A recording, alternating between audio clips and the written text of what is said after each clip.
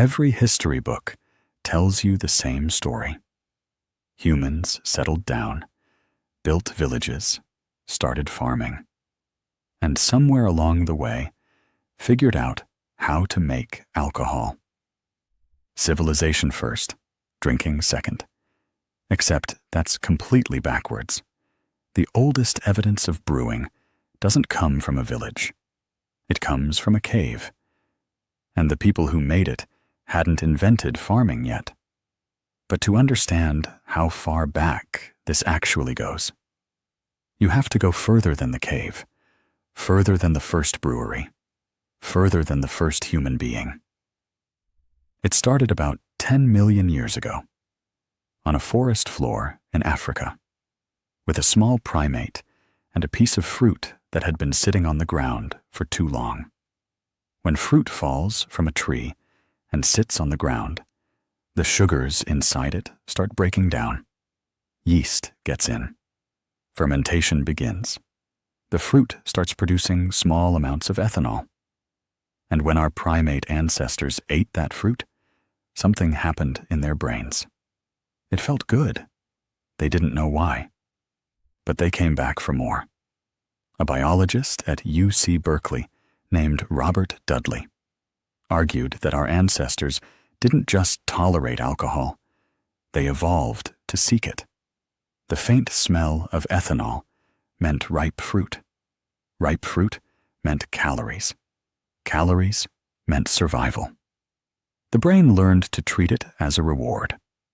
By the time modern humans appeared, the pull toward fermented things wasn't a choice. It was already built into the hardware. Which means when the first human deliberately made alcohol, they weren't discovering something new. They were following an impulse millions of years old. The question is when exactly that happened. And the answer, when you find it, is not where anyone expected. In 2018, archaeologists were excavating a cave near Haifa in northern Israel. The cave is called Raqefet, used by a group called the Natufians about 13,000 years ago. Inside, they found stone mortars carved directly into the bedrock. When they tested the residue left in those mortars, they found traces of wheat and barley that had been soaked, germinated, and fermented. Someone had brewed beer in that cave 13,000 years ago. The Natufians were not farmers. They hadn't invented agriculture yet. They were still collecting wild grain by hand and hunting animals for meat. They didn't grow the barley. They found it. And somehow, before they figured out how to plant a seed, they had already figured out how to make a drink. The story we've always been told says farming came first, then civilization, then alcohol, somewhere after. Raqefet Cave says the drink came before the farm. And they weren't the only ones. 1,000 years later, someone in southeastern Turkey built something that still doesn't fully make sense. Göbekli Tepe. Massive stone pillars, some over 10 tons, arranged in deliberate circles and carved with precision. Built before farming, before pottery, before anyone in the region had a permanent home. These were still hunter-gatherers. For years, nobody could explain why nomadic people would organize that kind of labor. You probably think that sounds insane. It isn't. Then they found the vats, large stone vessels tested positive for fermented grain.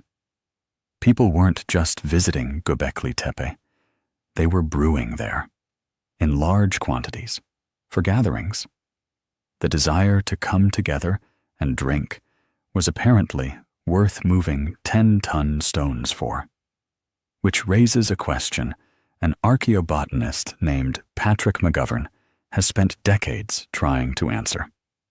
McGovern is the world's leading expert on ancient alcohol. And his argument is this: humans didn't start farming to make bread. They started farming to make beer. Bread requires grinding, kneading, managing heat. Beer is simpler. You soak grain in water and leave it alone. Fermentation happens by itself. And more importantly, fermented grain did something raw grain never could. It softened fear. It made strangers feel like friends. It made a hard day survivable. If McGovern is right, alcohol isn't something that appeared after civilization. It may be part of the reason civilization happened at all. By 7000 BCE in central China, archaeologists found pottery jars with residue from a fermented drink, made of rice, honey, grapes, and hawthorn berries. The oldest confirmed recipe for alcohol anywhere in the world. And it wasn't crude. It was a deliberate blend. Whoever made it knew exactly what they were doing. By the time ancient Egypt rose, beer was infrastructure. Workers who built the pyramids were paid 4 to 5 liters of beer per day. That was their salary, not coins. Beer, because Nile water was often contaminated and unsafe to drink straight. Beer, because of the brewing process, was safer to drink. It was a paycheck, a water filter, and lunch all in the same clay cup. The Egyptians believed Osiris created it and gave it to humans as a gift. Physicians prescribed it for infection and stomach pain. One drink was simultaneously a wage, a medicine, and a prayer. Here's the full picture. 10 million years ago, your ancestors were drawn to fermented fruit. 13,000 years ago, humans were brewing in caves before they knew how to farm. 12,000 years ago, they were possibly moving 10-ton stones just to have somewhere to drink together. 9,000 years ago, they had real recipes with multiple ingredients. 5,000 years ago, entire civilizations were running on it. Alcohol didn't show up after we built the world. There's a real argument, backed by archaeology and chemistry, that it helped build the world in the first place. Every time you have a drink, you're continuing something that started before your species had a name for itself. The vessel changed. The recipe improved.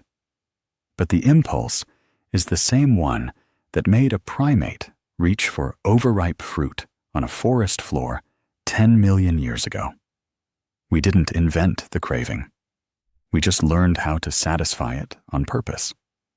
And then we built everything else around the habit of doing it together. If you enjoyed this story, please like, subscribe, and share. See you in the next video.